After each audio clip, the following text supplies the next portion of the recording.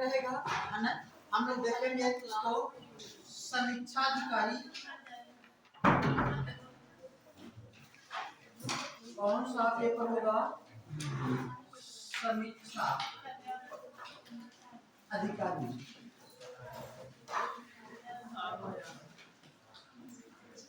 सहायक समीक्षा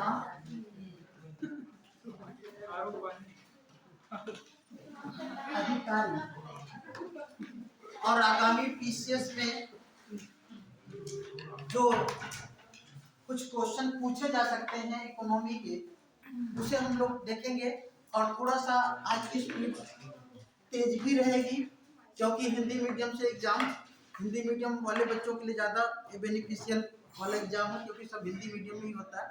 तो हिंदी का एक अलग से पेपर भी होता है। तो हम लोग इसको देखेंगे। तो क्या क्या इसमें देखना है, सबसे पहले तो अजी जो बच्चे कुछ आरओ की तैयारी कर रहे थे, उन लोगों के लिए हमने यूपी स्पेशल में हमने क्लास ली थी कि जो उत्तर प्रदेश की जितनी भी योजनाएं संचालित की गई हैं, चाहे वो पुरानी रही हो या नई रही हो, उनके बारे में हम लोगों ने संक्षिप्त रूप में उसको देखा था। आज हम लोग देखेंगे उत्तर प्रदेश नहीं बल्कि भारत की वे योजनाएं जो इस परीक्षा में पूछे जा सकते हैं, है ना। तो बहुत से ऐसी योजनाओं को थोड़ा सा इंट्रोड्यूस बोल लें, ठीक है ना। उन योजनाओं को यद्यपि हम लोग पूरे डिटेल में पढ़ते हैं, अच्छा ये है ना, लेकिन उतने डिटेल में ना जा करके हम लोग उसे इस परीक्षा को ध्यान में रख करके और कम समय में अधिक कोशिश करेंगे कि इसे कंप्लीट किया जा सके। तो चलिए, तो कुछ योजनाओं को ध्यान में रखते हुए हम लोग जो है शुरुआत करते हैं। तो हेडिंग डालिएगा दीनदयाल उपाध्याय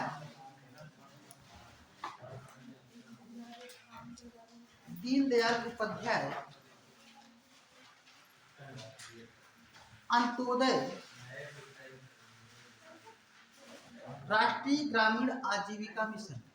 दीनदयाल उपाध्याय अंत्योदय राष्ट्रीय ग्रामीण आजीविका मिशन, है ना, जिसे हम लोग शॉर्ट में क्या कहते हैं, डे। दीनदयाल अंत्योदय योजना, ठीक है, दीनदयाल उपाध्याय अंत्योदय योजना, है ना, राष्ट्रीय ग्रामीण आजीविका मिशन, है ना, नेशनल रूरल लाइवलीहुड मिशन, इसे हम शॉर्ट में कहते हैं, ठीक है। इसमें हम कुछ बातों को, कुछ पॉइंट को ध्यान में रख लें, लिख लीजिएगा। इसकी शुरुआत 2011 में की गई थी। सबसे पहले ध्यान रखेंगे कब, 2011 में इसकी शुरुआत हुई,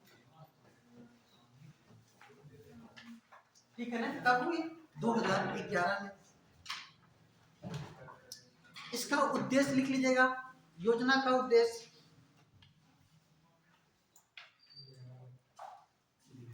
प्रत्येक परिवार में एक महिला को स्वयं सहायता समूह से जोड़ना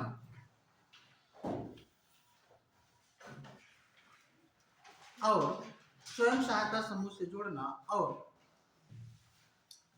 स्वरोजगार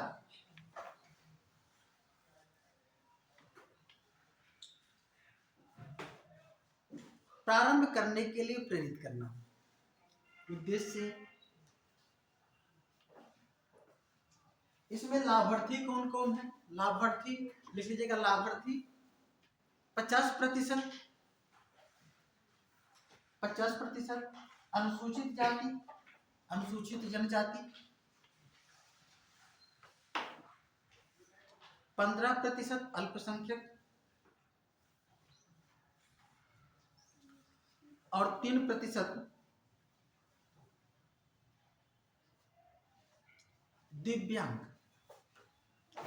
3% कितने, दिव्यांग। दिव्यांग का मतलब जिन्हें आप लोग विकलांग समझते हैं, है ना, क्या समझते हैं, विकलांग। ध्यान रखिएगा इस योजना की पहले क्या है, शुरुआत कब हुई, 2011 में। और ध्यान रखिएगा जब इस योजना की शुरुआत हुई थी तो कुछ इसके नाम से हुई थी, है ना, राष्ट्रीय ग्रामीण आजीविका मिशन के नाम से, ठीक है ना। हम जो है इसे 2015 में इसके नाम के साथ दीनदयाल अंत्योदय योजना जोड़ दिया गया, तो क्या हो गया, डे या नारा, ठीक है ना।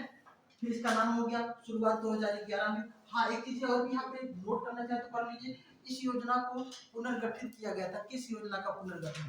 स्वर्ण जयंती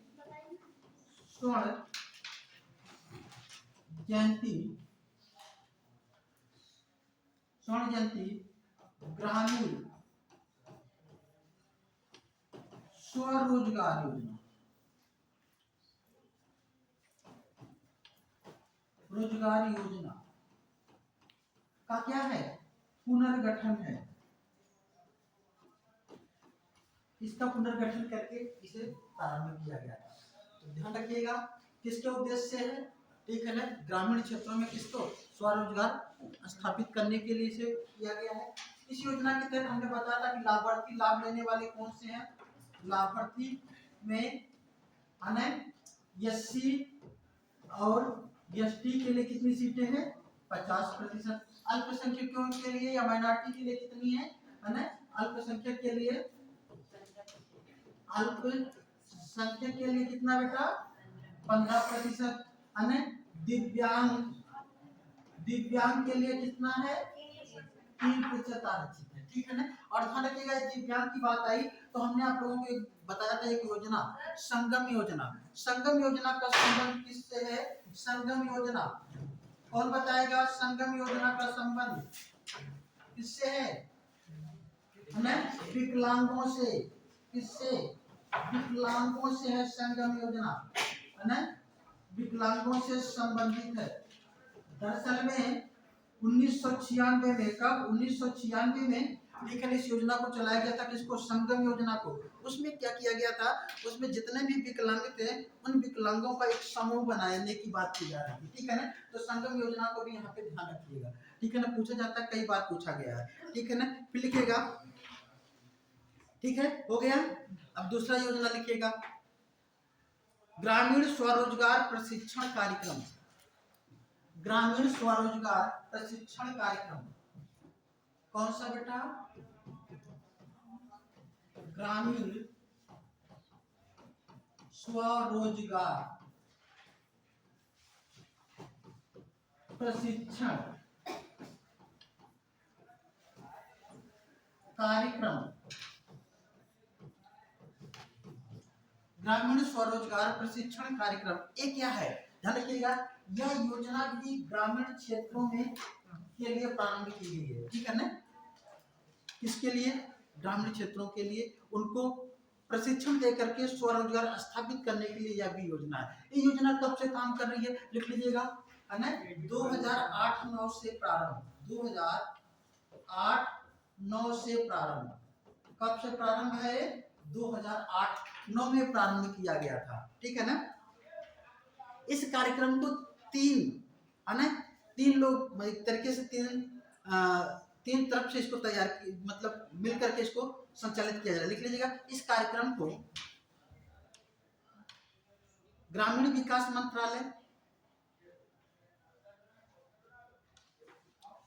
राज्य सरकार एवं प्रयोजक बैंकों की साझेदारी से संचालित किया जा रहा है।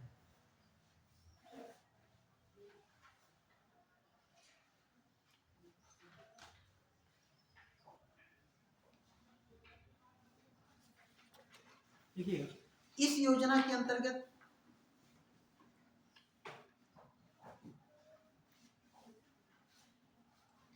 ग्रामीण युवकों को प्रशिक्षण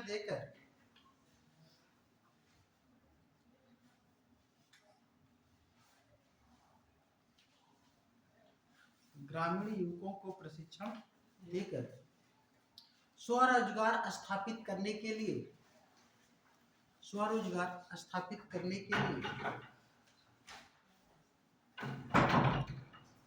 अल्पकालीन प्रशिक्षण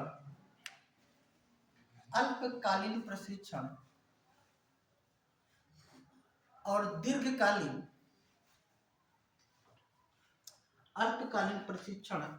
दीर्घकालीन सहायता प्रदान किया जा रहा है।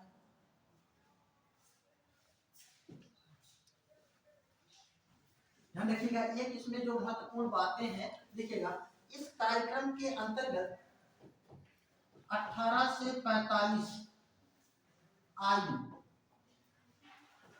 आयु वर्ग के लोगों को शामिल किया गया। ठीक है ना। किस आयु वर्ग के लोगों को बेटा? 18 से 45 साल के जो हैं उनके लिए ये आयु वर्ग को पूछ लेगा। ठीक है ना, इसको ध्यान रखिएगा।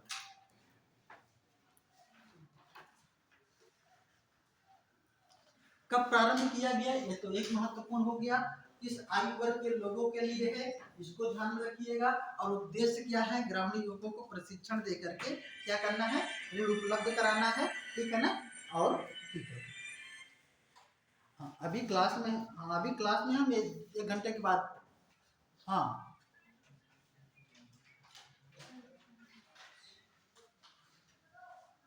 अच्छा अभी ठीक है, अभी हम क्लास में है ना यहाँ पे।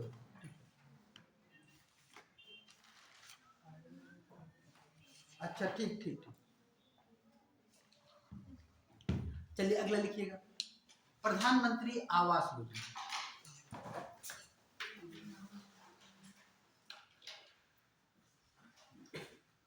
प्रधानमंत्री आवास योजना, इस योजना की शुरुआत कब की गई? 15 जून 2015 को प्रधानमंत्री आवास योजना की शुरुआत कब? 15 जून, 15 की वजह 17 लिख लीजिएगा ना, 17 जून 2015। ध्यान रखिएगा, ये भी बहुत पूछा जा सकता है। प्रधानमंत्री आवास योजना, दरअसल में प्रधानमंत्री आवास योजना, इसके पहले एक इंदिरा आवास योजना चलती थी। कौन सी? इंदिरा आवास। इंदिरा आवास योजना की शुरुआत कब की गई थी? नोट कर लीजिएगा, इंदिरा आवास। ठीक है ना, पूछा जा सकता है इंदिरा आवास। हम लोग कभी प्रधानमंत्री आवास योजना के बारे में भी पढ़ेंगे, है ना। इंदिरा आवास योजना की जो शुरुआत हुई थी, ठीक है ना, कब? 1985-86। कब? 1985-86 में इंदिरा आवास योजना। ठीक है ना, तब से चली आ रही थी, है ना। इसमें कुछ परिवर्तन होते रहे, इनके फंड बढ़ते रहे, घटते रहे। बहरहाल इसको केवल इतना ध्यान रखिएगा, कभी पूछे तो कब प्रारंभ किया गया, तो इस साल किया गया। अब इस योजना का नाम क्या हो गया है? प्रधानमंत्री आवास योजना। ध्यान रखिएगा, ये प्रधानमंत्री आवास योजना के अंतर्गत क्या किया जाता है? जो निर्धन परिवार हैं, गरीब परिवार हैं, इन परिवारों को क्या दिया जाता है? आवास उपलब्ध कराया जाता है। तो इस योजना के अंतर्गत कितना धन आवंटित किया जाता है, ये पूछा जाता है। ठीक है ना। तो सबसे पहले ध्यान रखिएगा, मैदानी क्षेत्रों में 1,20,000 रुपए का आवंटन। कितना? 1,20,000 रुपए का आवंटन। कहाँ पे? मैदानी क्षेत्रों में। ठीक है ना। और पहाड़ी क्षेत्रों में,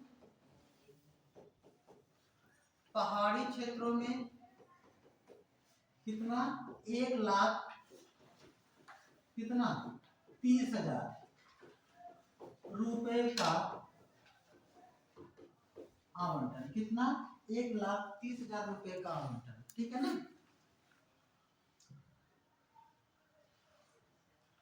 ये कहाँ पे? यह जो है पहाड़ी क्षेत्रों में है। ठीक है ना, मैदानी क्षेत्र और पहाड़ी क्षेत्रों में। चलिए इसमें और भी कुछ लिख लीजिएगा। इस योजना के अंतर्गत 60% आवास का आवंटन। कितना? 60% आवास का आवंटन किसके लिए है? अनुसूचित जाति, अनुसूचित जनजाति, दोनों के लिए, एससी और एसटी के लिए किया जाएगा। कितना? 60%। बाकी 40% में और भी लोग हैं। और इनमें भी 5% जो आवास का आवंटन है, आवास का आवंटन 5% किसके लिए है? दिव्यांगजनों के लिए, दिव्यांगजनों के लिए है ना, दिव्यांगजन। अच्छा, दिव्यांगजन की बात आ गई तो भारत में कुल जो जनसंख्या है उस जनसंख्या में जो दिव्यांग जनसंख्या कितना प्रतिशत है? क्वेश्चन पूछा गया है। 2011 की जो जनगणना हुई थी उसके अनुसार दिव्यांगजन की बात आ गई। ध्यान रखिएगा 1.6% आबादी किसकी है? दिव्यांगजनों की। किसकी है? दिव्यांगजनों की। कितना है?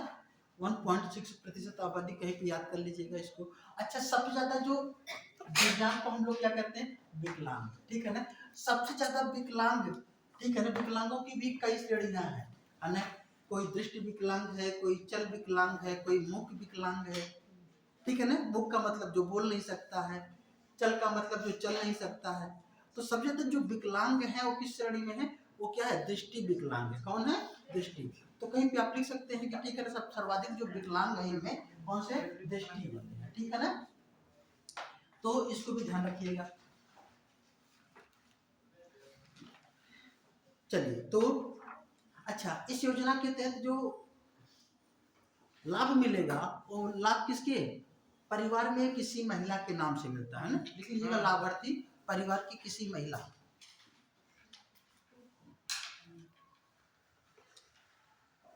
और इसके अंतर्गत वित्त का जो है, जो इसमें जो पैसे खर्च होते हैं, है ना, वित्त का जो वितरण होता है, वित्त का जो पोषण जो होता है, लिख लीजिएगा, वित्त का पोषण केंद्र और राज्यों के बीच, केंद्र और राज्यों के बीच 60-40 के अनुपात में। वित्त का पोषण केंद्र राज्यों के बीच 60-40 के अनुपात में।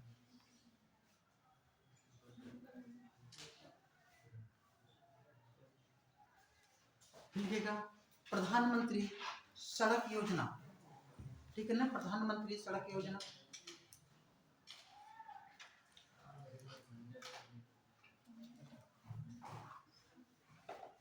प्रधानमंत्री सड़क योजना कब शुरुआत किया गया? लिखा 2000 में प्रारंभ, है ना। कब प्रारंभ किया गया? 2000 में।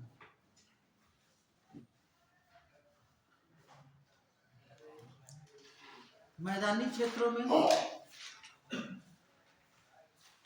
500 से अधिक आबादी वाले और पहाड़ी क्षेत्रों में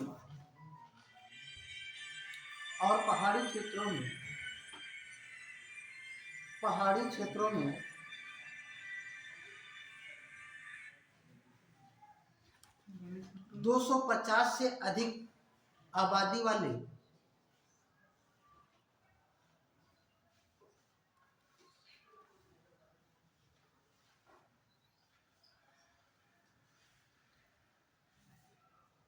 क्षेत्रों में वर्ष भर आवागमन हेतु सड़क का निर्माण,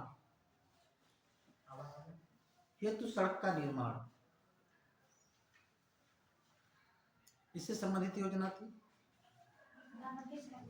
अच्छा, ये जो सड़क का जो निर्माण है, ठीक है, सड़क निर्माण योजना था। ठीक है ना, प्रधानमंत्री सड़क योजना। ये प्रधानमंत्री सड़क योजना को 2005 में भारत निर्माण योजना में मिला दिया गया था। ठीक है ना।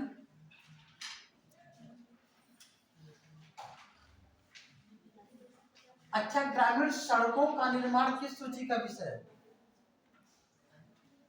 ग्रामीण सड़कों का निर्माण ग्राम से है, तो सीधी लिख लीजिए ग्रामीण सड़कों का निर्माण राज्य सूची का विषय। कभी क्वेश्चन बन जाए तो कर लीजिएगा।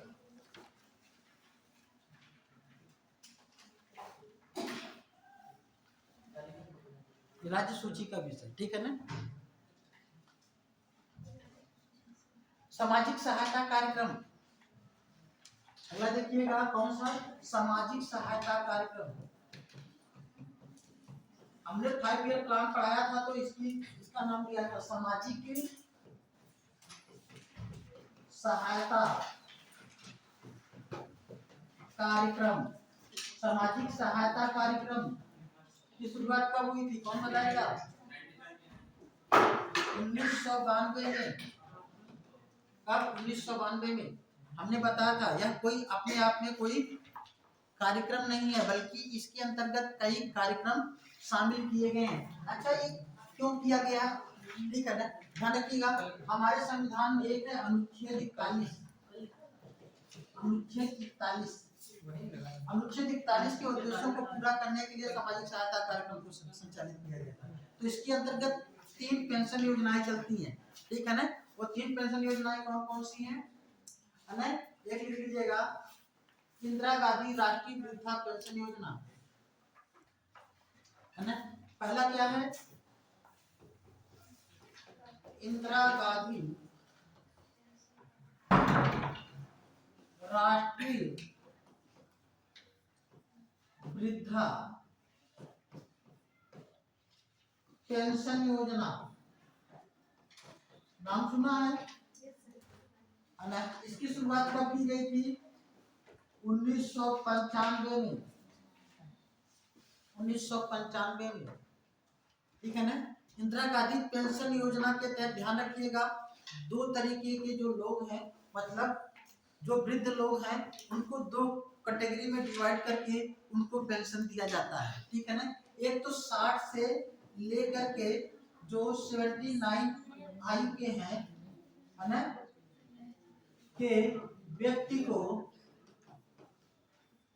कितना पेंशन दिया जाता है?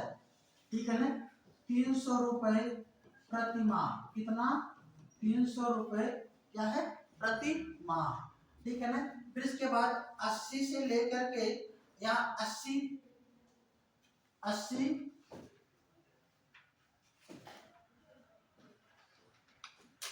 वर्ष या इससे ऊपर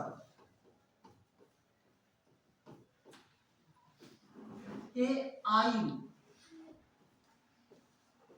वर्ग के लोगों को कितना दिया जाता है बेटा? 500 रुपए प्रति माह। कितना? 500। ध्यान रखिएगा। और इसके लिए कीजिए, और भी कंडीशन होनी चाहिए। ये जो लोग हैं ये बीपीएल होने चाहिए। क्या होने चाहिए? BPL, low poverty line. APL, above poverty line. B for low poverty line, इसकी होनी चाहिए।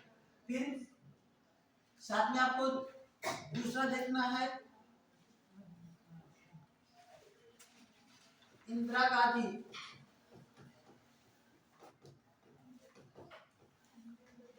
राष्ट्रीय विधवा पेंशन योजना। विधवा पेंशन योजना, ये विधवा पेंशन योजना, इसको भी ध्यान रखिएगा, ठीक है ना। लिखिएगा, इसमें 40 से 79, कितना? 40 से लेकर के 79 है ना, आयु वर्ग की महिला को कितना दिया जाता है? 300 रुपए प्रति माह। और 80 या उससे ऊपर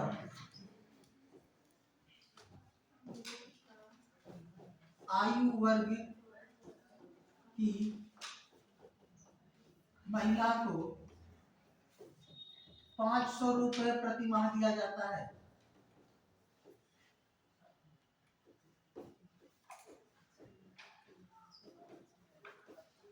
500 रुपए प्रति माह दिया जाता है, ठीक है।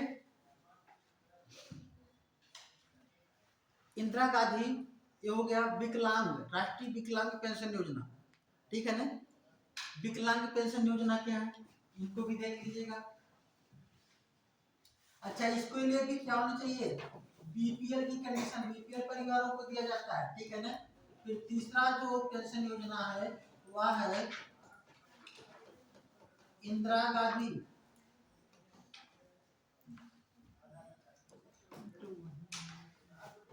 राष्ट्रीय दिव्यांग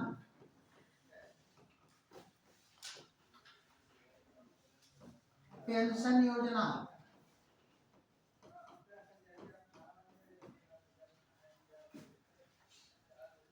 ठीक है ना।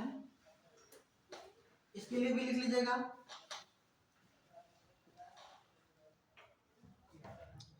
18 से लेकर के 79 आयु वर्ग को 300।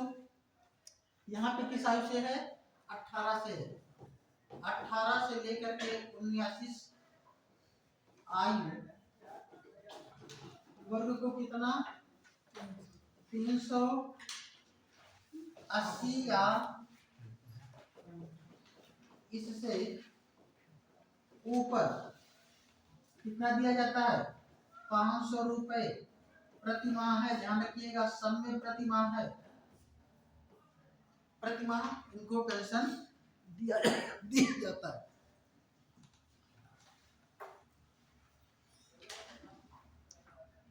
राष्ट्रीय परिवार लाभ योजना, अब ये तीनों तो हो गया ना। अब देखिएगा राष्ट्रीय परिवार लाभ योजना।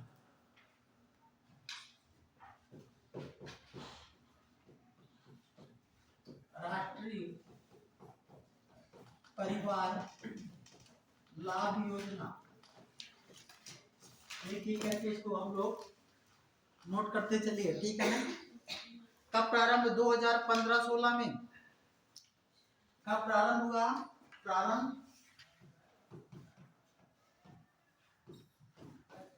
2015 और 16 में।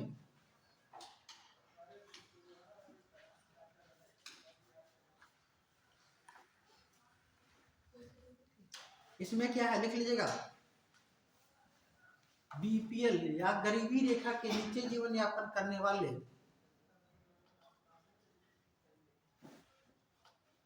ऐसे परिवार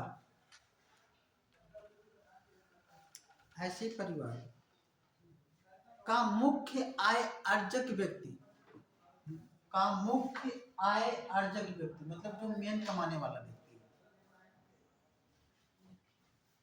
अर्जक व्यक्ति जिसकी आयु 18 से 59 वर्ष है,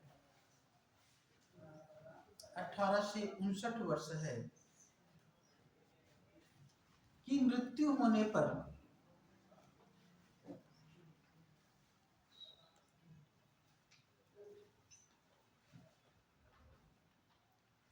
परिवार को एक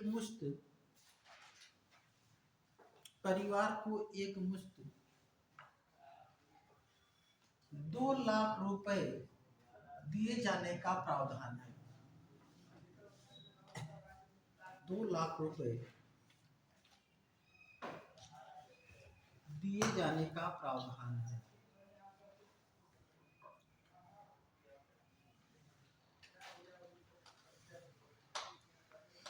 ठीक है ना, हो जाएगा। चलिए अगला लिखिएगा, दीनदयाल उपाध्याय ग्रामीण कौशल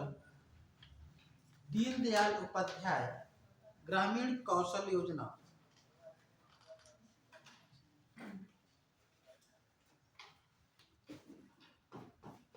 दीन दयाल उपाध्याय ग्रामीण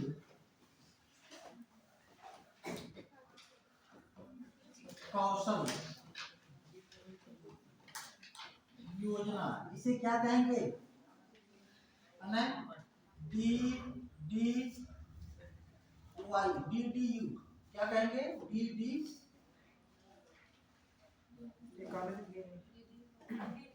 DDU फिर ग्रामीण कौशल योजना, DDU-GKY है ना। DDU-GKY भी पूछ सकता है, शॉर्ट में नाम इसका दे सकता है, ठीक है ना। इसकी शुरुआत कब की गई लिख लीजिएगा, इसकी शुरुआत 2014 में की गई।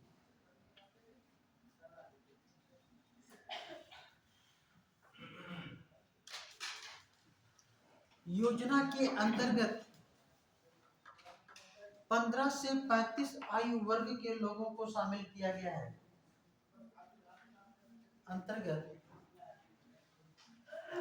योजना के अंतर्गत 15 से 35 आयु वर्ग के लोगों को शामिल किया गया है,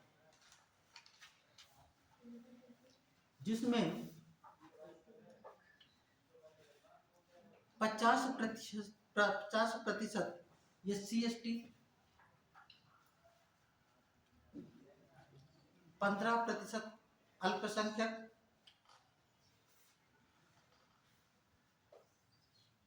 3% दिव्यांग,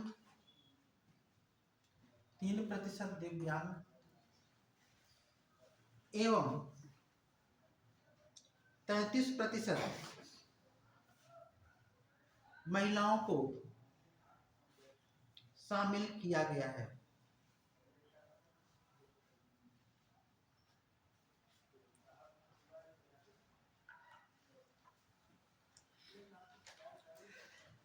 ठीक है ना। और ध्यान रखिएगा, यहाँ पे कुछ लोगों को दिमाग में आएगा इसको जोड़ेंगे तो कितना आ गया,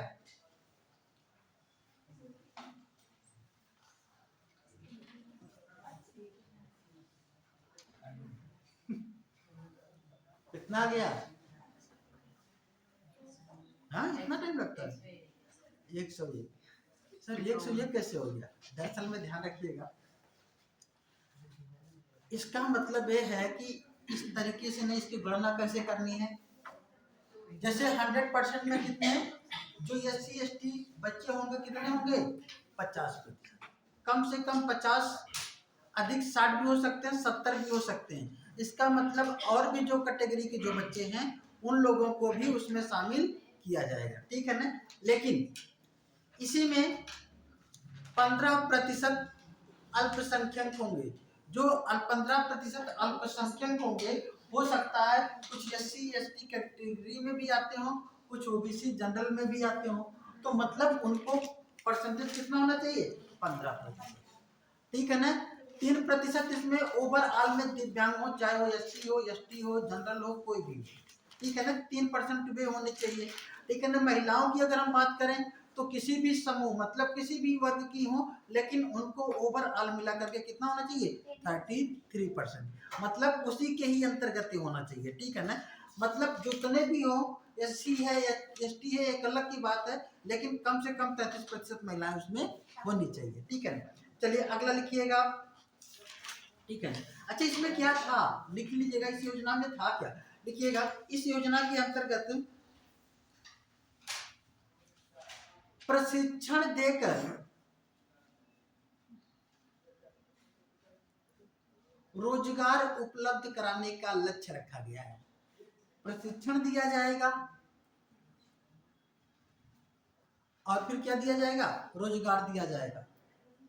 और ध्यान रखिएगा 3 महीने का यह प्रशिक्षण होता है ना, विथ हॉस्टल। बच्चे जाकर के हॉस्टल में रुके, खाना खाएं पिए रहें, प्रशिक्षण प्राप्त करें, और उनकी जिम्मेदारी है उनको नौकरी दिलाने का। लेकिन वो कौन सी नौकरी होगी, ठीक है ना, वो कम से कम 6000 या उससे अधिक, ठीक है ना, मतलब मिनिमम 6000, तो कहीं पे भी 6000 की नौकरी वो दिला देते हैं, ठीक है ना। तो लिख लीजिएगा योजना के अंतर्गत 70%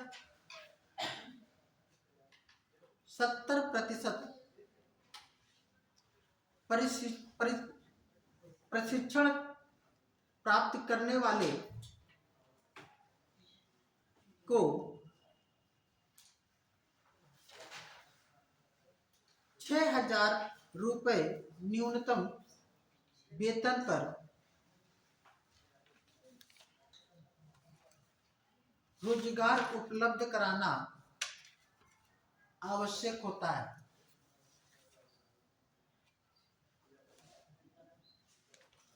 रोजगार उपलब्ध कराना आवश्यक होता है।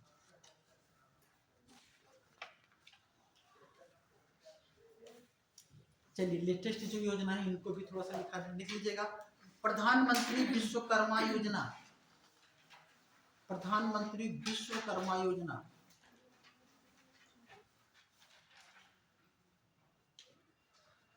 अभी लिख लीजिएगा 17 सितंबर 2023 को प्रारंभ।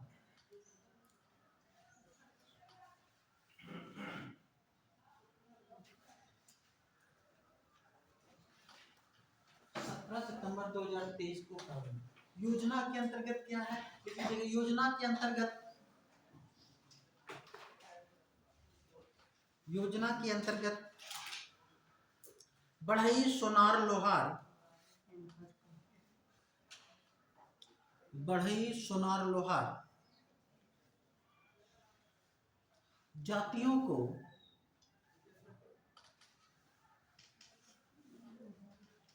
विभिन्न श्रेणी में लगे लोगों को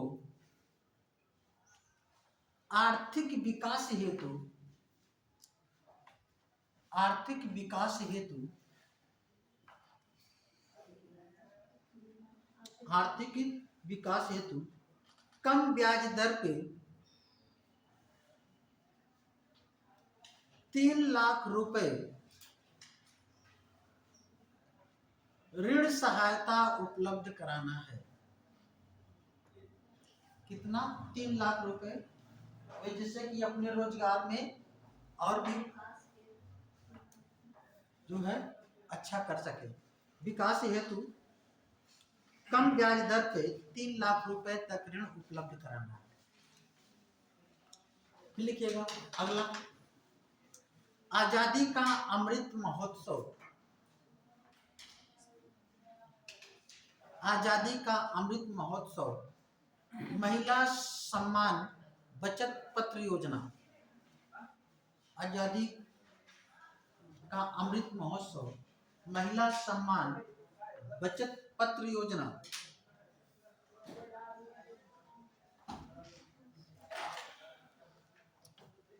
फरवरी 2023 में प्रारंभ, 23 में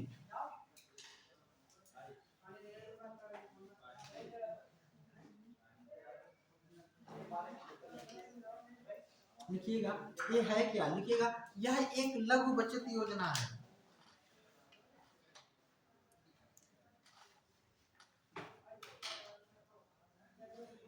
जिसके अंतर्गत, जिसके अंतर्गत महिलाओं को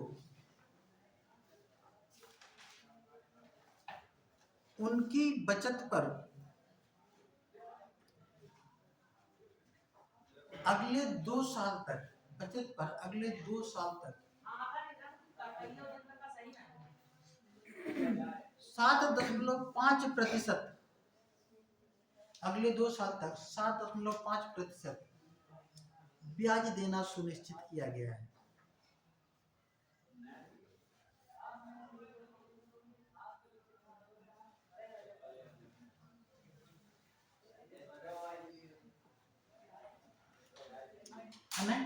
फिर लिखिएगा स्किल सिल इनेमिया, स्किल सिल इनेमिया उन्मूलन कार्यक्रम,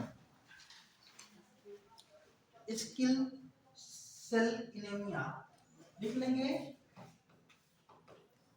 स्किल सेल इनेमिया, ठीक है ना? ऐसे लिखिए स्किल सेल इनेमिया उन्मूलन, है ना? मिशन लिखिएगा, मिशन। एक है क्या? स्किल सेल इनेमिया उन्मूलन मिशन।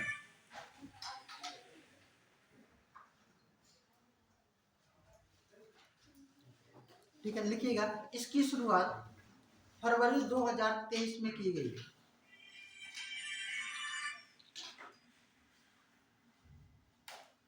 इसकी शुरुआत फरवरी 2023 में की गई।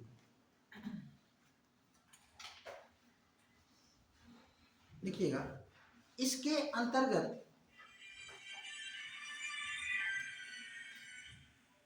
हेलो, हाँ अभी हम कहीं क्लास ले रहे हैं, अभी हम कॉल करते हैं 1 घंटे। अरे हम पढ़ा रहे हैं, क्लास में हैं, अभी 1 घंटे के बाद कॉल करते हैं। क्या लिखा? स्किल सेल एनीमिया उन्मूलन मिशन। लिखिएगा इसकी शुरुआत फरवरी 2023 में की गई। लिखिएगा, इसके अंतर्गत 40 आयु वर्ग के नीचे के लोगों को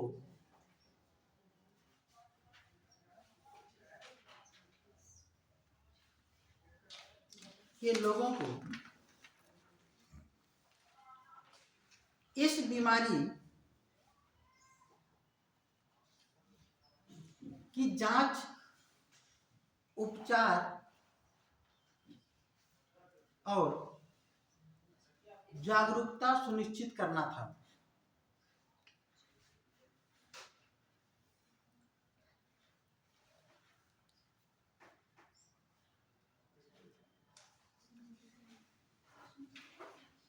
जागरूकता सुनिश्चित करना था। सिकल सेल एनीमिया जानते हैं क्या होता है? सिकल सेल एनीमिया जिसे हिंदी में हसिया आकार की अरक्तता कहते हैं। जब आप लोग साइंस पढ़े होंगे तो उसमें है ना, आप लोगों ने पढ़ा होगा आरबीसी, है ना, आरबीसी के रोग, है ना, आरबीसी के 3 मुख्य रोग होते हैं, है ना, कौन कौन सा? एक तो एनीमिया ही होता है, फिर कौन सा होता है? एक जॉन्डिस होता है, और कौन होता है? सिकल सेल एनीमिया होता है। ठीक है ना। इसमें क्या होता है, जो आरबीसी है आप लोग तो जानते होंगे, आरबीसी का आकार कैसा होता है? उभयताल। अक्सर क्वेश्चन आता है, आरबीसी का आकार कैसा होता है? उभयताल। अच्छा, आरबीसी का जीवन काल कितने दिन का होता है? 120 दिन का। आरबीसी का निर्माण कहाँ होता है? मोटी अस्थि मज्जाओं में। कहाँ पे? मोटी अस्थि मज्जाओं में। और गुणावस्था में कहाँ पे होता है? यकृत में होता है आरबीसी का निर्माण। अच्छा, आरबीसी की कब्रगाह किसे कहते हैं? प्लीहा या स्प्लीन को। ठीक है, तो ध्यान रखिएगा, इसमें क्या होता है, ये कुछ इस तरीके का इसका आकार हो जाता है। तो हंसिया के आकार का हो जाता है, जिससे इसकी ऑक्सीजन वहन करने की क्षमता क्या हो जाती है? कम हो जाती है। तो ये भारत में जो है तेजी से फैल रहा था, तो इसके बारे में लोगों को जन जागरूकता और उपचार और जांच के लिए एक उन्मूलन चलाया गया 2023 में, जिसको ध्यान रखिएगा। ठीक है ना। 2024 में जो भी एग्जाम हो रहे हैं उसमें सब में पूछे जाने की काफी संभावना है। ठीक, चलिए अगला लिखिएगा, पर्वतमाला विकास कार्यक्रम। पर्वतमाला विकास कार्यक्रम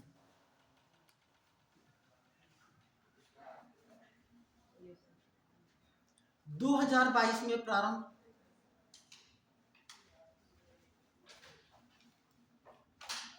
2022 में प्रारंभ ये है क्या, लिख लीजिएगा। इसके अंतर्गत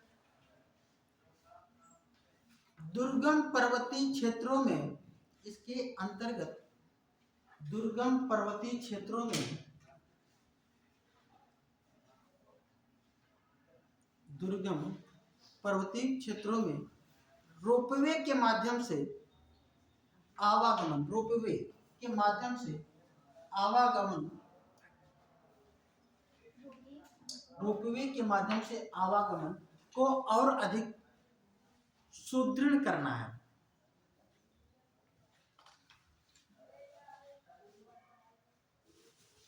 अच्छा, यहीं पे ध्यान रखिएगा, एक पर्वतमाला है, एक सागरमाला है और एक भारतमाला है। 3 योजनाएं हैं, किससे संबंधित है?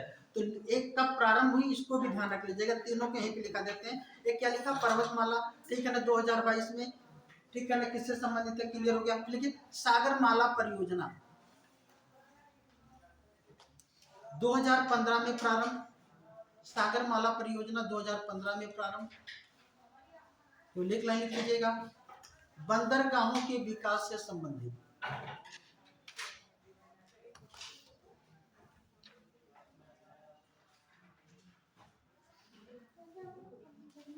बंदरगाहों के विकास से संबंधित। भारतमाला योजना, भारतमाला योजना या परियोजना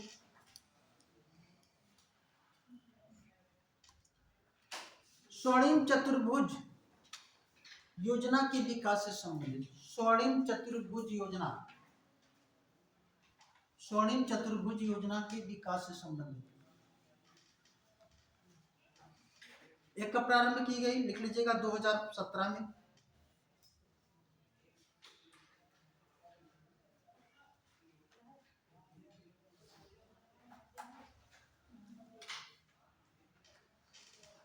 ये है क्या? लिख लीजिएगा, इस योजना के तहत भारत के 4 बड़े महानगरों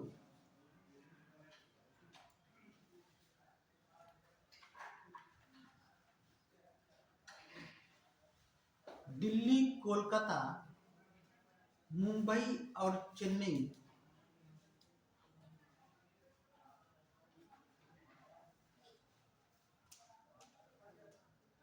को 6 लेन सड़कों के द्वारा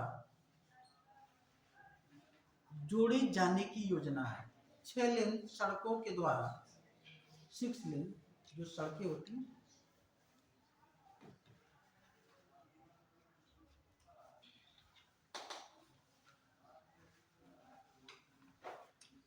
ठीक, लिखिएगा।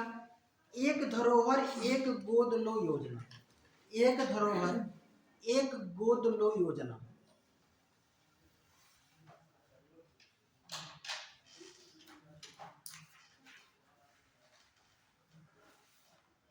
2017 में प्रारंभ कब किया गया था? 2017 में। ये है क्या, लिख लीजिएगा। इस योजना के अंतर्गत 17 में प्रारंभ,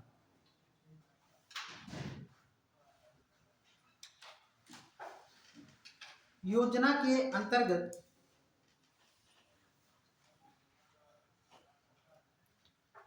कारपोरेट कंपनियों को देश की किसी एक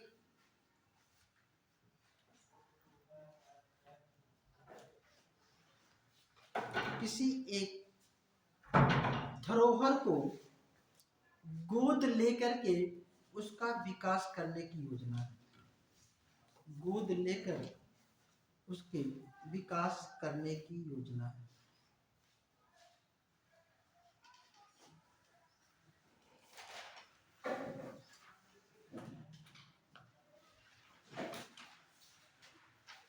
लिखिएगा आयुष्मान भारत योजना,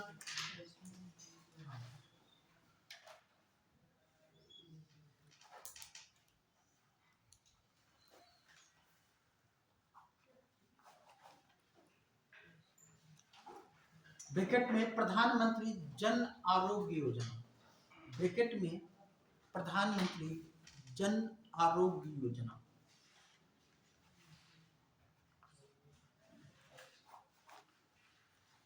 इसकी शुरुआत 2018 में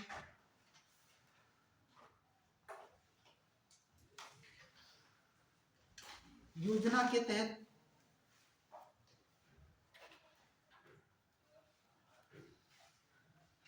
5 लाख रुपए तक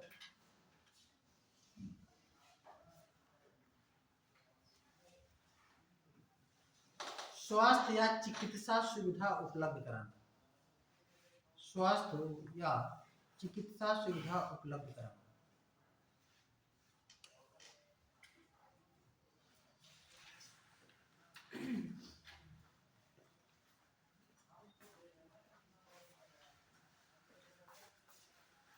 देखिएगा प्रधानमंत्री आशा योजना, प्रधानमंत्री आशा योजना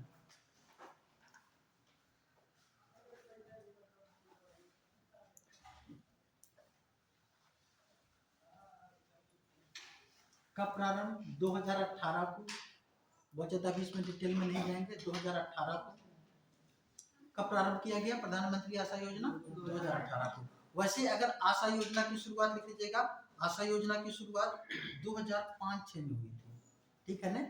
वैसे अगर हम बात करें जो आशा योजना है, आशा 2005-06 में छत्तीसगढ़ से प्रारंभ, और किसके द्वारा किया जा रहा है? परिवार समाज कल्याण, ठीक है ना, परिवार कल्याण विभाग के द्वारा, ठीक है ना। ये प्रधानमंत्री आशा योजना केवल 2018 में, इसको याद रखिएगा। लिखिएगा प्रधानमंत्री श्रम योगी योजना,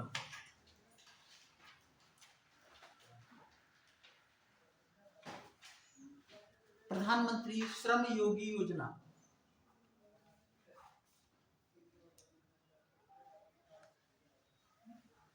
लिख लीजिएगा, फरवरी 2019 को प्रारंभ।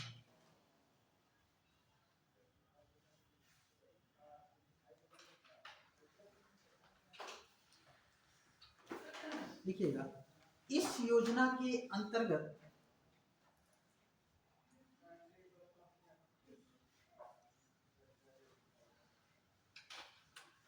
15,000 रुपए से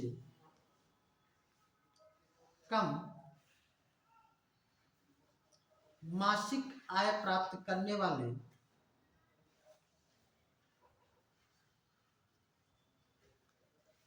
असंगठित क्षेत्रों के लिए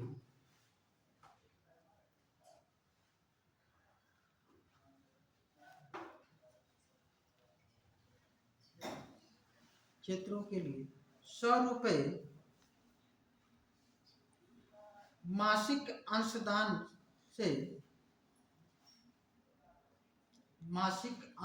से 60 वर्ष बाद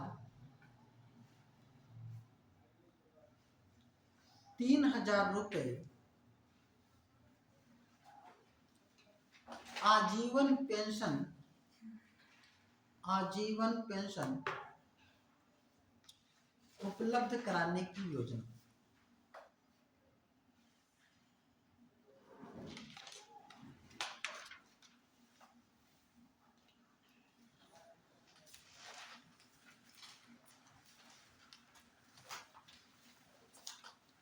ठीक है ना? फिर लिखिएगा, अटल भूजल योजना। अटल भूजल योजना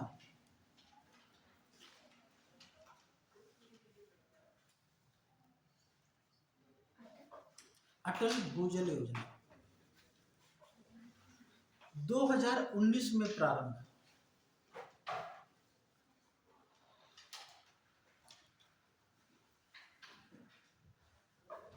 इस योजना के तहत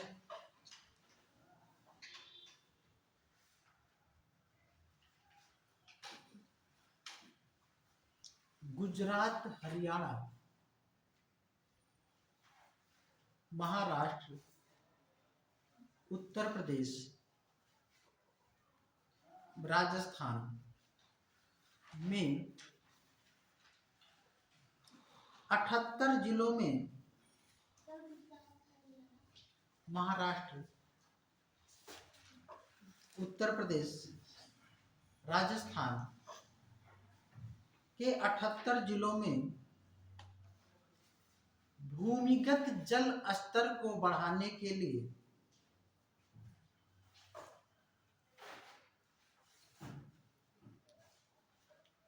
कार्यक्रम संचालित करना।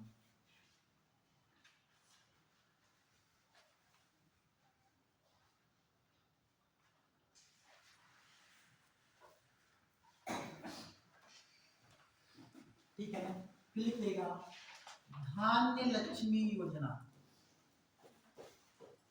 नाम सुना है?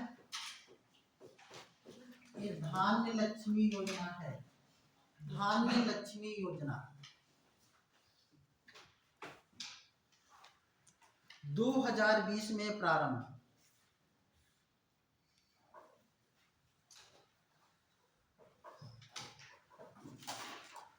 इसमें क्या है लिख लीजिएगा, योजना के अंतर्गत स्वयं सहायता समूह, योजना के अंतर्गत स्वयं सहायता समूह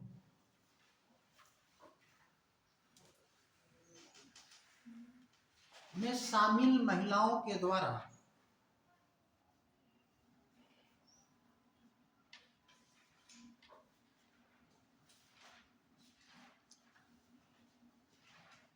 भंडार गृहों के निर्माण हेतु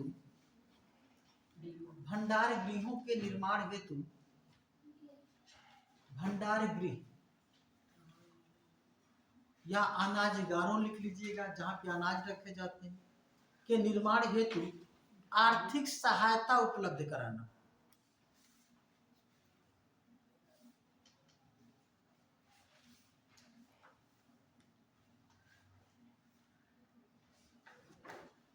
इस योजना को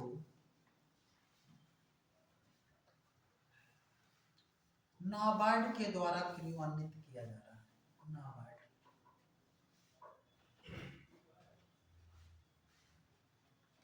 ध्यान रखिएगा, ये क्या है, जितने भी गांव हैं हर गांव में स्वयं सहायता समूह स्थापित लगभग हो चुके हैं, जहाँ पे नहीं हुए हैं वहां पे स्थापित हो रहे हैं।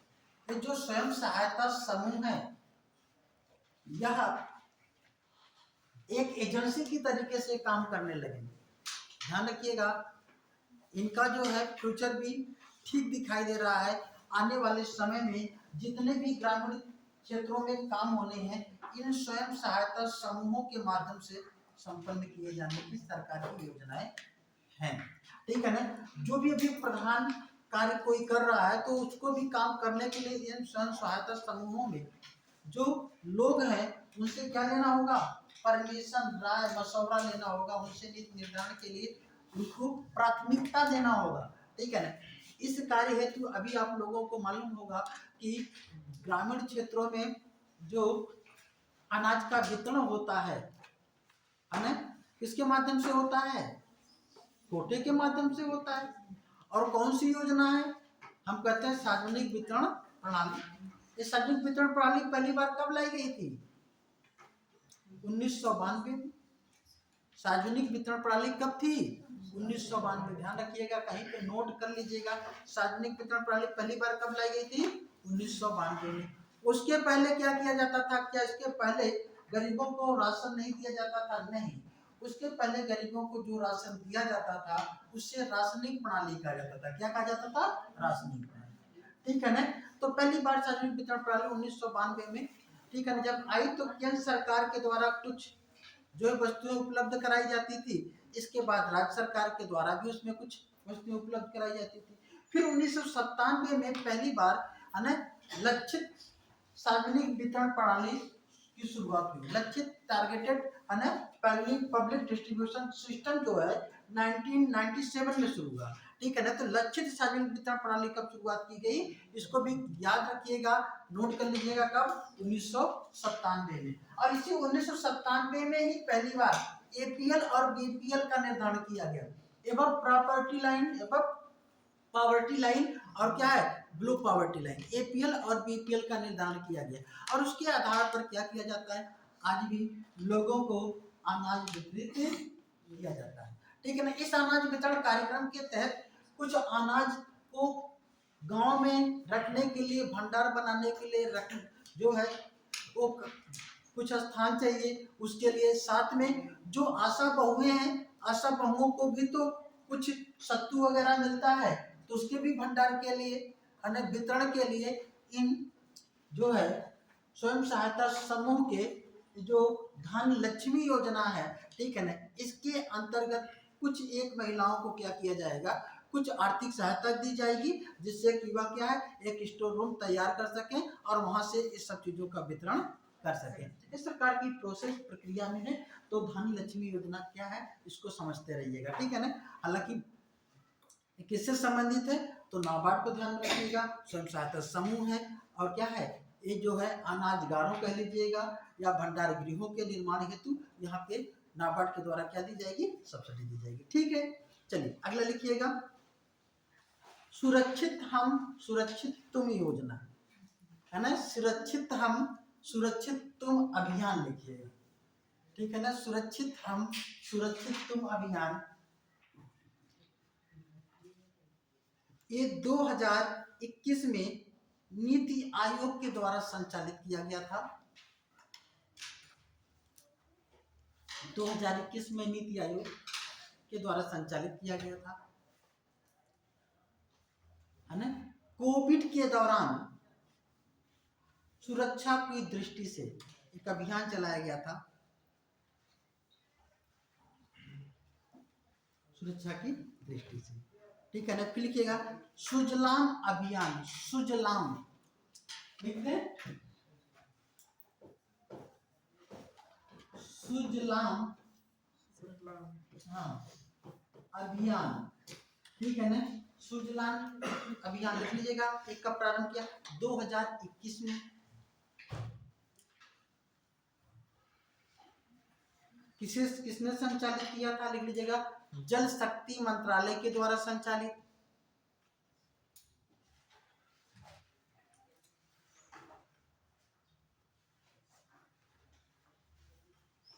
लिखिएगा, योजना के तहत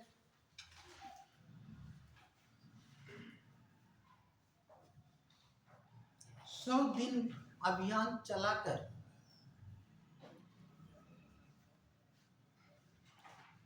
गांव में 100 दिन अभियान चलाकर गांव में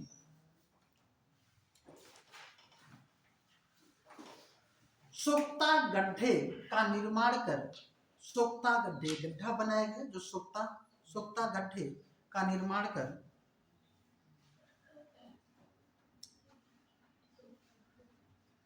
अर्ध ठोस कचरों को निस्तारित करने के उद्देश्य से चलाया गया। अर्ध ठोस कचरों को निस्तारित करने के उद्देश्य से चलाया गया।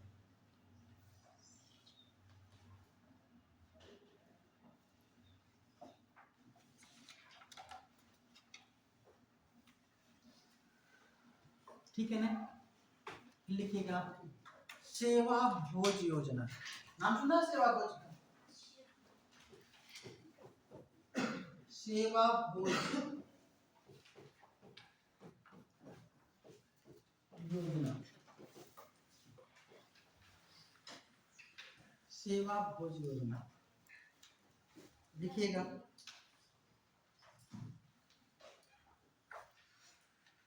इसकी शुरुआत 2018 में की गई।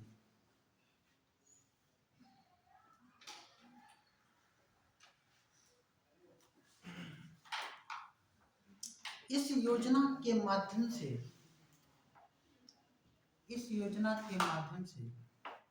चैरिटी संस्थाओं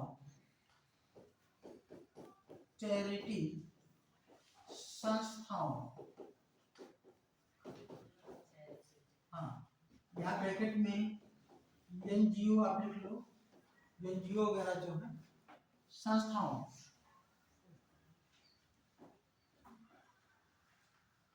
जो मंदिर, मस्जिद,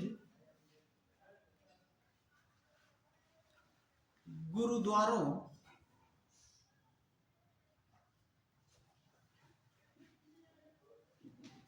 आदि में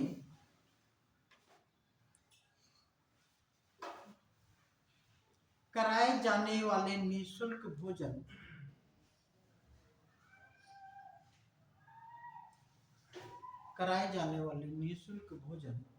पर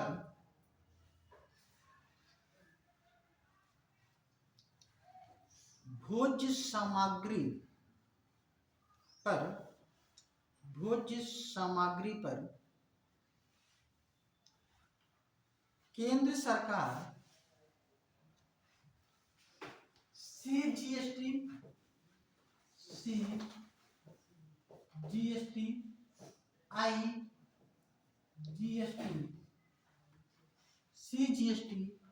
आईजीएसटी की प्रतिपूर्ति करेगी।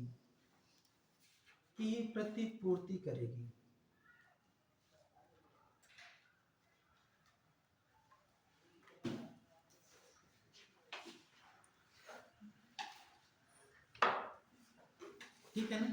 इसका मतलब क्या है?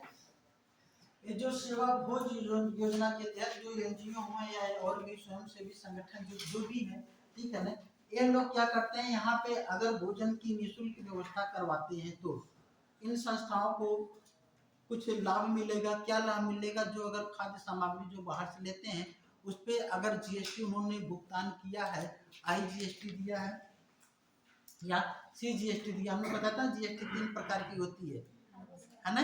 एक एसजीएसटी, आईजीएसटी, सीजीएसटी, सब बताया था जीएसटी पढ़ाते समय, याद होना चाहिए आप लोगों को। तो यहाँ पे ये दोनों जीएसटी जो लगी है उसका भुगतान क्या करेगी? केंद्र सरकार करेगी। ठीक है ना? तो इस तरीके से उसकी प्रतिपूर्ति की जाएगी। चलिए अगला लिखिएगा, वन धन योजना, वन धन योजना क्या लिखेंगे? वन धन योजना, वन धन योजना लिख लीजिएगा। इसकी शुरुआत 2018 में की गई। कब? 2018। इस योजना के तहत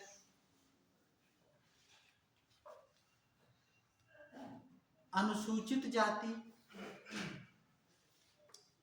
अनुसूचित जनजाति के लिए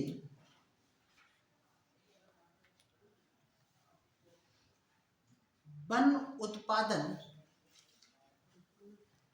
में कौशल विकास हेतु प्रशिक्षण,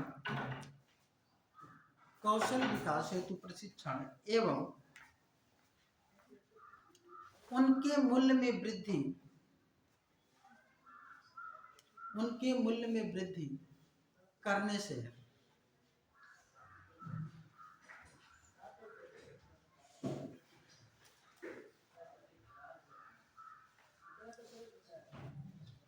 चलिए लिखिएगा। गरीबी भारत छोड़ो अभियान, गरीबी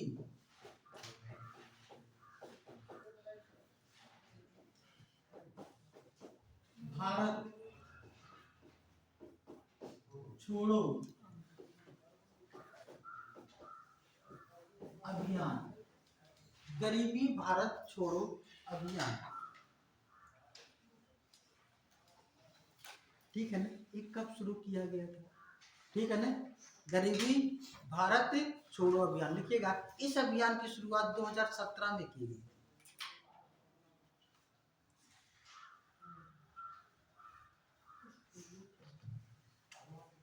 और गरीबी हटाओ का नारा कब दिया गया था?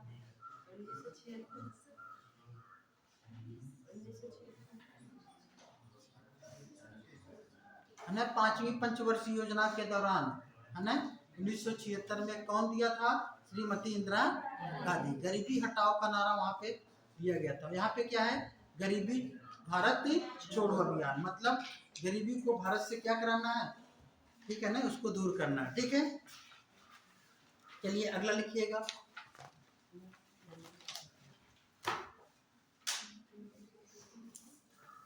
कुछ और भी चीजों को आप लोगों को एग्जाम की दृष्टि से बता दें। हाँ, लिख लीजिएगा। क्वेश्चन आंसर के फॉर्म में भी लिखवा देते हैं। वर्तमान में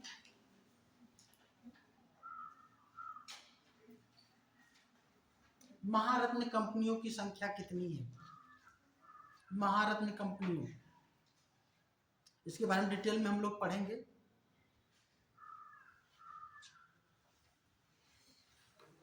कितनी है? 13 है, लिख लीजिएगा 13।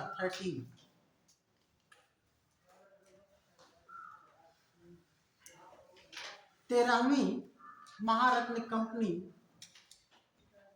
Oil India limited, oil India limited oil, ऑयल इंडिया लिमिटेड।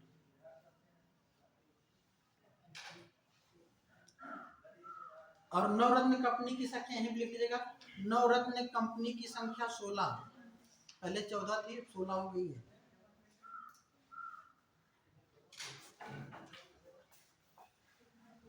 है ना?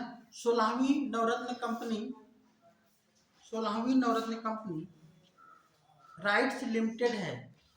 कौन है? Rights limited.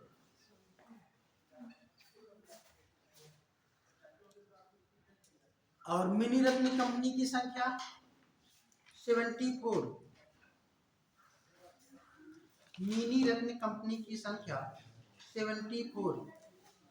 कंपनी की संख्या, कंपनी की संख्या कितनी है? 74।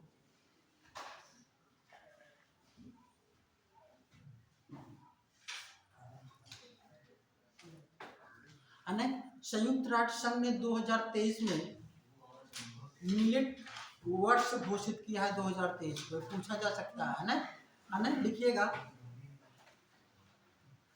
संयुक्त राष्ट्र संघ के द्वारा मिलेट्स ईयर 2023 को घोषित किया गया है।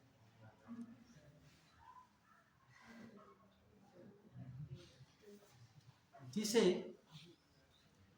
भारत में श्री अन्न के नाम से भी जाना जाता है। श्री अन्न इस समय को चर्चा में है। श्री अन्न,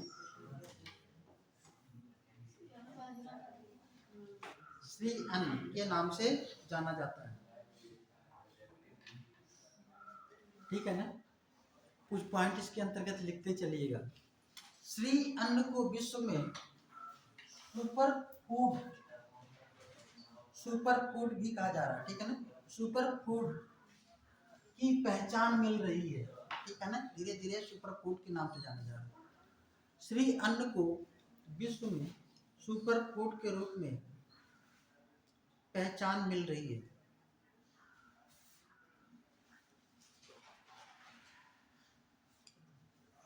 और ध्यान रखिएगा, श्री अन्न पर एक पुस्तक प्रकाशित हुई है अभी हाल ही में, है ना? Miracle millets.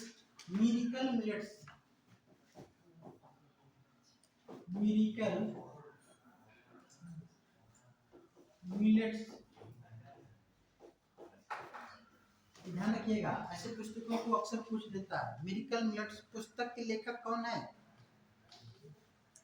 पंकज भदौरिया। कौन है? पंकज भदौरिया।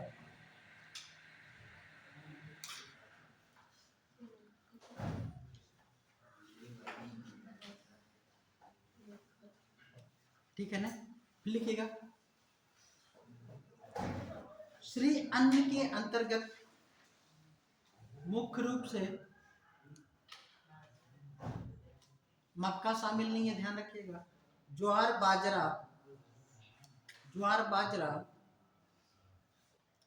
रागी, ज्वार बाजरा, रागी, सावा, कगनी,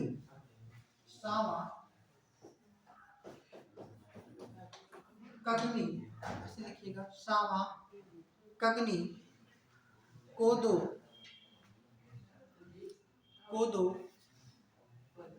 कुटकी, ये अनाज है, ध्यान रखिएगा। कुटकी, कुट्टू, चीना आदि को शामिल किया जाता है।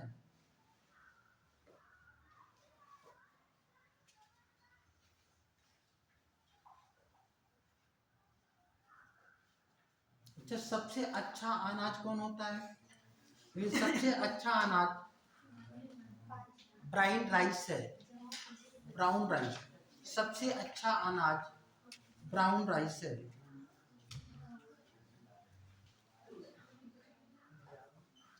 अभी 2023 में श्री अन्न सम्मेलन का आयोजन हुआ है। कहाँ पे? लिख लीजिएगा। 2023 में श्री अन्न सम्मेलन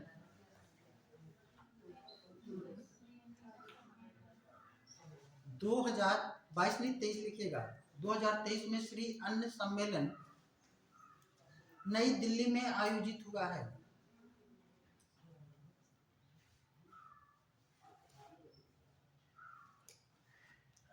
और इसी सम्मेलन में भारत के द्वारा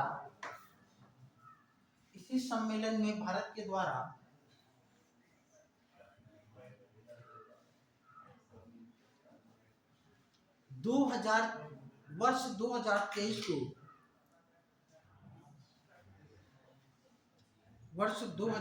को बाजरा वर्ष घोषित किया गया है। बाजरा वर्ष, ध्यान रखिएगा इस सब चीजों पे। अच्छा, बाजरा अनुसंधान संस्थान कहाँ पे है? बाजरा सब तो जानते हैं, ये शायद ना जानते हैं। बाजरा अनुसंधान संस्थान हैदराबाद लिख लीजिएगा जिसको नहीं मालूम है।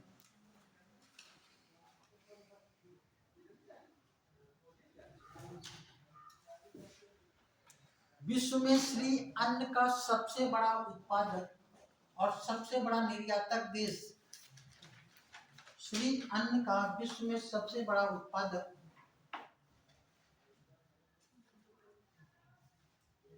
और सबसे बड़ा निर्यातक देश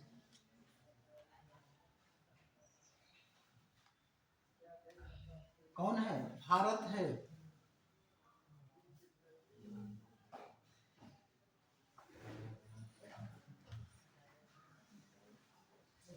ठीक है ना, देख लीजिएगा। श्री अन्न ब्रैकेट में मिलेट्स, श्री अन्न ब्रैकेट में मिलेट्स या मोटा अनाज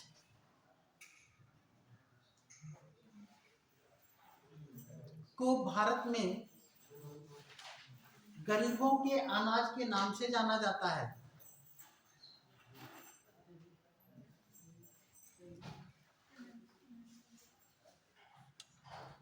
गरीबों के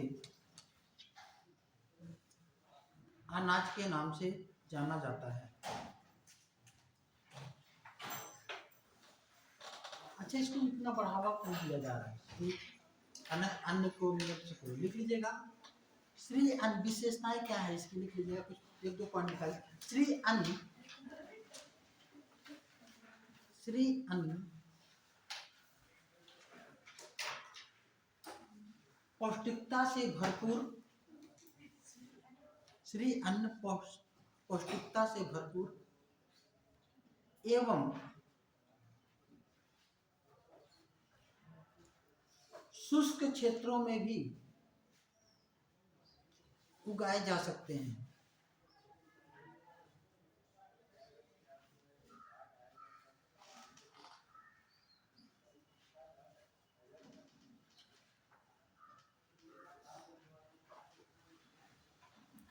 ठीक है, देखिएगा। World food programme, world food programme, world food programme की रिपोर्ट के अनुसार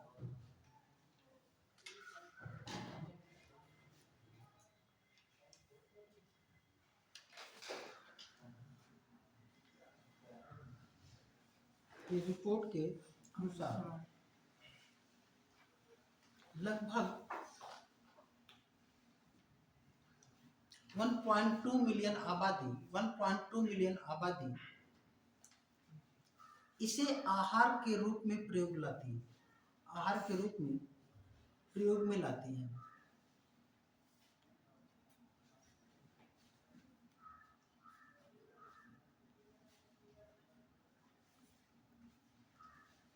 देखिएगा, श्री अन्न या मिलेट्स को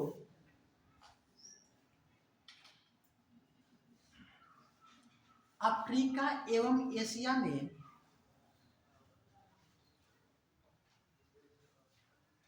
मुख्य रूप से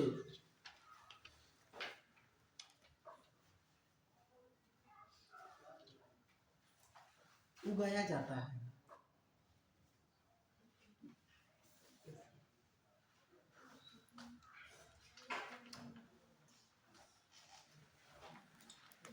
देखिएगा, विश्व में सबसे ज्यादा मिलेट्स का उत्पादन, विश्व में सबसे ज्यादा मिलेट्स का उत्पादन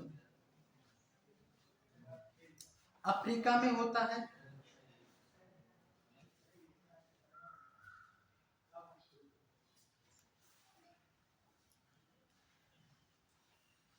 इसके बाद दूसरे स्थान पर एशिया है।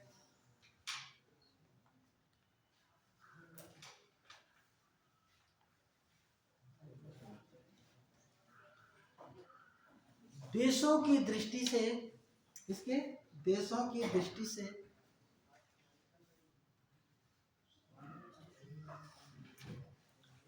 मिलेट्स का सबसे बड़ा उत्पादक देश भारत है।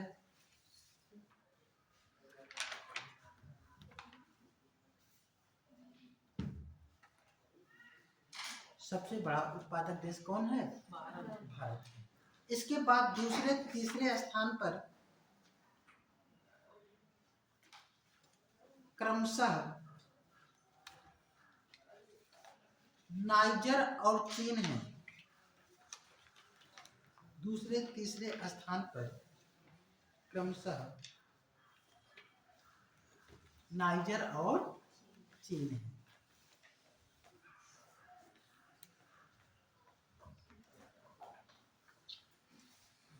देखिएगा, भारत में मिलेट्स का सबसे ज्यादा उत्पादन राजस्थान, महाराष्ट्र, कर्नाटक,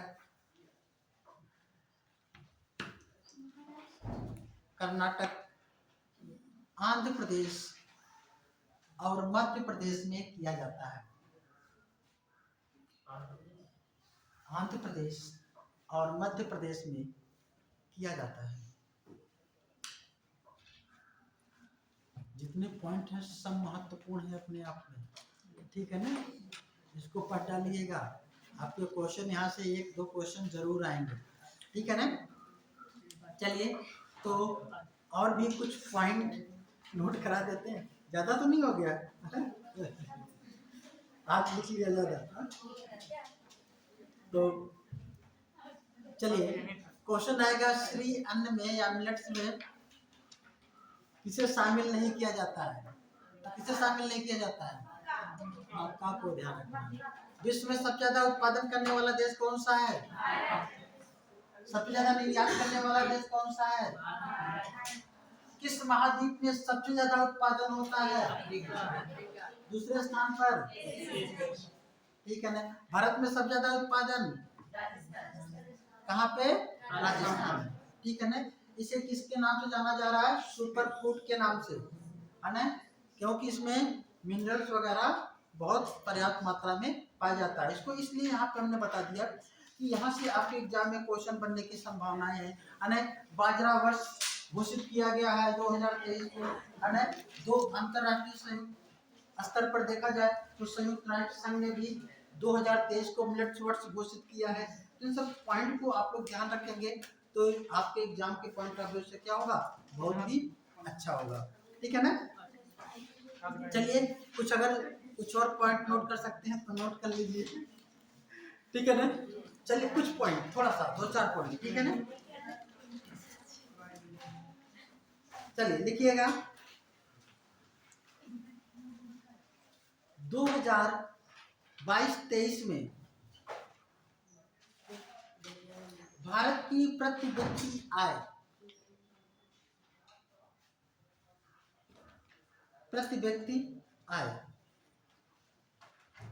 स्थिर मूल्य पे, और ध्यान रखिएगा यही पूछा जाता है ज्यादा, स्थिर मूल्य पे 98,374, कितना? 98,374 रुपए।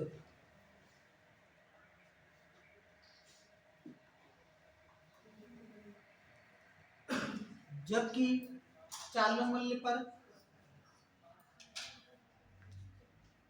1,72,276, 1,72,276 रुपए।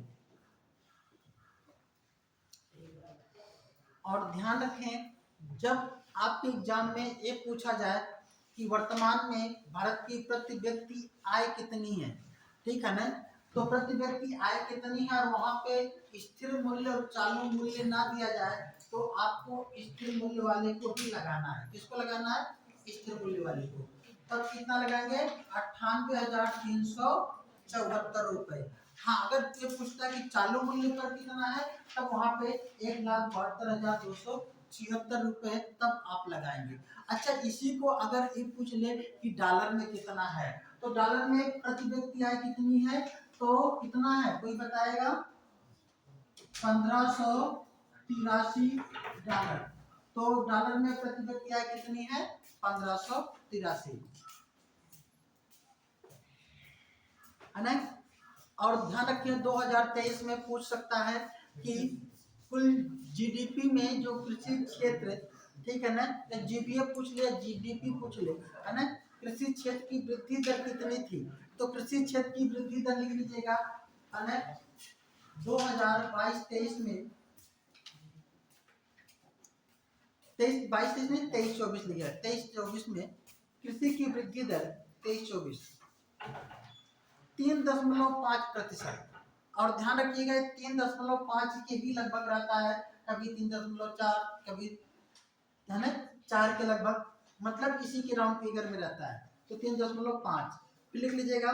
सर्वाधिक वृद्धि दर जीडीपी में सर्वाधिक वृद्धि दर किस क्षेत्र में है, लिख लीजिएगा, वित्तीय, रियल एस्टेट एवं व्यावसायिक सेवाओं में। वित्तीय, रियल एस्टेट एवं व्यावसायिक सेवाओं में सबसे ज्यादा वृद्धि दर यहीं पे देखी गई थी। विनिर्माण के क्षेत्र में वृद्धि दर लिख लीजिएगा, विनिर्माण के क्षेत्र में वृद्धि दर 4.7% थी। इन दो को बार बार पूछा जाता है, ठीक है ना। चलिए तो आज छोड़ देते हैं, फिर हम लोग इसको और भी कंटिन्यू रखेंगे।